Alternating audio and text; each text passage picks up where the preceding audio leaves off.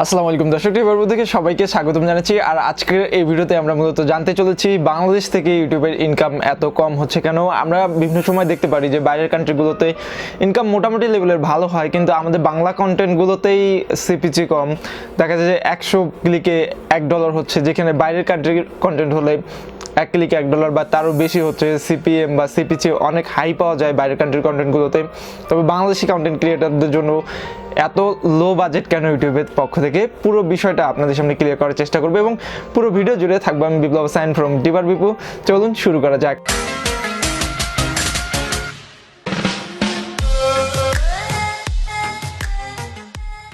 Video শুরুতে একটি কথা না বললে নয়, আমরা অলরেডি 50,000 সাবস্ক্রাইবারের মাইলস্টোনের কাছাকাছি চলে এসেছি। সো আপনারা এখনও যারা আমাদের চ্যানেলটি সাবস্ক্রাইব করেনি, please hit the subscribe button and আমাদের 50,000 ফ্যামিলি হতে সাহায্য করুন। সো ফার্স্ট অফ অল, আপনি একটা কথা যদি বেসিক্যালি থিঙ্ক করেন, বাংলাদেশের জিডিপি এবং ইউএসএ সাথে আমরা যদি বাংলাদেশের তুলনা করি, ইউনাইটেড স্টেট অফ আমেরিকার সাথে বাংলাদেশের জিডিপি যদি তুলনা করি, সেক্ষেত্রে দেখা যাবে আকাশ এবং পাতাল তফাৎ। আমি বেসিক্যালি ম্যাক্সিমাম টাইমেই ইউটিউবে যখন ভিডিও দেখি, বাইরের কান্ট্রির যে ক্রিয়েটরগুলো রয়েছে বা বাইরের কন্টেন্ট ক্রিয়েটর যারা রয়েছে, টেক গাই যারা রয়েছে বা টেক এনথুজিয়াস্ট যারা রয়েছে, তাদের ভিডিওগুলো ফলো করার চেষ্টা করি। সেখানেই আসলে দেখা যায় তাদের 1 লাখ ভিউ হলে না, দেখা যায় যে $5-10 হাজার হয়ে যায়। সেখানে আমাদের 1 লাখ ভিউ হলে আমরা $10-20 $100 পাই। সো বেসিক্যালি ডিফারেন্টটা কোথায় বা সমস্যাটা কোথায় হচ্ছে, এটা যখন ফাইন্ড আউট করতে গেলাম তখনই দেখলাম যে আসলে বাংলাদেশের অ্যাড যারা ক্রিয়েটর বা অ্যাড প্রোভাইডার যে কোম্পানিগুলো রয়েছে বা যারা ইন্ডিভিজুয়ালি অ্যাড প্রোভাইড করে, তাদের বাজেট আসলে লো এবং বাংলাদেশের জিডিপি থেকেও, গুগল থেকে কিংবা ইউটিউব থেকেও কিন্তু বাংলাদেশের অল্প বাজেটে বেশি টার্গেটেড অডিয়েন্স নেওয়ার জন্য অনেকগুলো অপশন থাকে।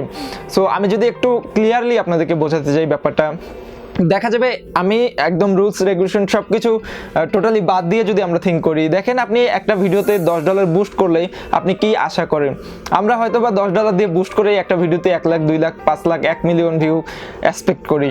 লাইক আপনি যদি আপনার ইউটিউব চ্যানেলে ভিডিওটা বুস্ট করতে চান, আপনার চিন্তা থাকবে যে আমি যদি $100 ইনভেস্ট করি এই একটা ভিডিওর পিছনে বুস্টের জন্য, তো আমি কেন 1 মিলিয়ন ভিউ বা 1 মিলিয়ন সাবস্ক্রাইবার বা 1 লাখ সাবস্ক্রাইবার কেন পাবো না? এই ধরনের চিন্তা ভাবনা কিন্তু আমরা করি। সো আপনি একজন ব্যক্তি হিসাবে এই ধরনের এত লাভের চিন্তা ভাবনা করছেন, তো সেখানে চিন্তা করেন যারা অ্যাড দেয়, বিকাশ কোম্পানি, রকেট, নগদ, তারপরে রবির, আরও বিভিন্ন রকম কোম্পানি রয়েছে যারা অ্যাড দেয়, ফুড পান্ডা বিশেষ করে।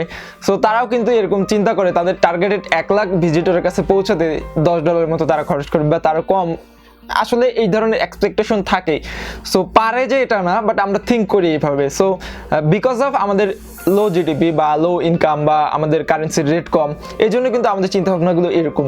সো এর উপরেই বেস করে বা জিডিপি বা বিভিন্ন ধরনের এরকম বিভিন্ন ইকোনমিক জিনিসপত্রের উপর ডিপেন্ড করে কিন্তু গুগলের অ্যাডের বাজেটটা নির্ধারণ করা হয়ে থাকে। সো বাংলাদেশে যেহেতু লো জিডিপি বা মান্থলি ইনকাম কম লোকজনের, সেক্ষেত্রে অল্প বাজেটে বেশি সংখ্যক মানুষের কাছে পৌঁছানোর জন্য মূলত অ্যাডগুলো প্লেস করা হয়। আর যদি আমরা বাংলাদেশের অপোজিটে আমেরিকাকে কিংবা ইউনাইটেড কিংডম অথবা অন্য কোনো কান্ট্রি, কানাডা, তারপরে আরও জার্মান, ফ্রান্স, এগুলো কান্ট্রিকে যদি দাঁড় করায় দিই, দেখা যাবে তাদের জিডিপি অনেক হাই।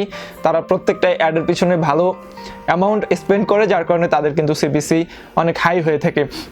সো এখানে 3 ওয়েতে আমাদের অ্যাকাউন্টে টাকাটা আসে। ফার্স্ট অফ অল যারা অ্যাড দিচ্ছে, সেকেন্ড অফ অল যারা নিচ্ছে এবং আপনাকে দিচ্ছে, থার্ড অফ অল আমরা হচ্ছে তৃতীয় পক্ষ।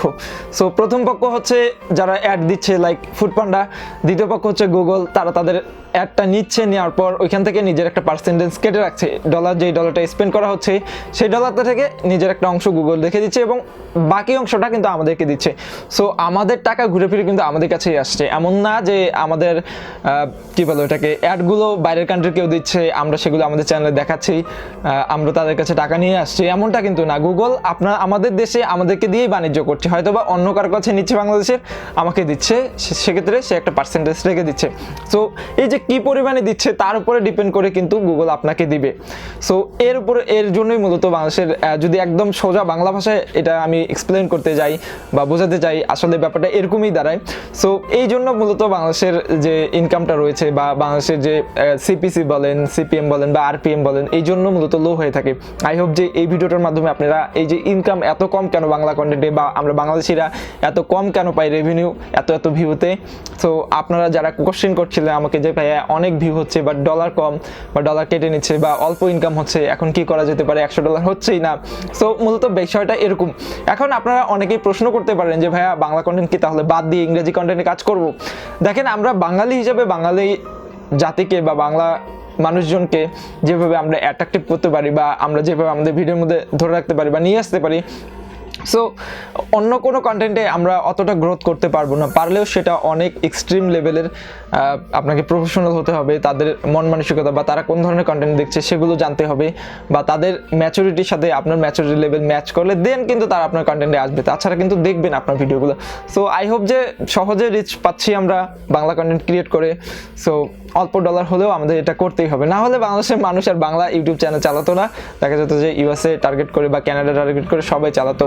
তারপরেও কিছু কিছু লোক অবশ্যই চালাচ্ছে, তারা ভালো গ্রোথ পাচ্ছে, ভালো রিচ পাচ্ছে, ভালো ডলার আর্ন করছে, তো তাদের জন্য অবশ্যই শুভকামনা থাকবে। আই হোপ যে এই যে কম ইনকাম, কম ডলার, বাংলাদেশ ইউটিউবের ইনকাম কম কেন, এই বিষয়টা আপনারা ক্লিয়ার হয়ে গেছেন। সো ভিডিওটি ভালো লাগলে অবশ্যই লাইক দিবেন, কমেন্টে জানাতে ভুলবেন না। আপনার যদি কোনো প্রশ্ন থাকে অথবা আপনার যদি কোনো মতামত থাকে অবশ্যই কমেন্টে জানাবেন। আর please do subscribe because we are near on 50,000 subscriber. So আজকে এই পর্যন্তই। সবাই ভালো থাকবেন, সুস্থ থাকবেন, আমার জন্য দোয়া করবেন। আল্লাহ হাফেজ।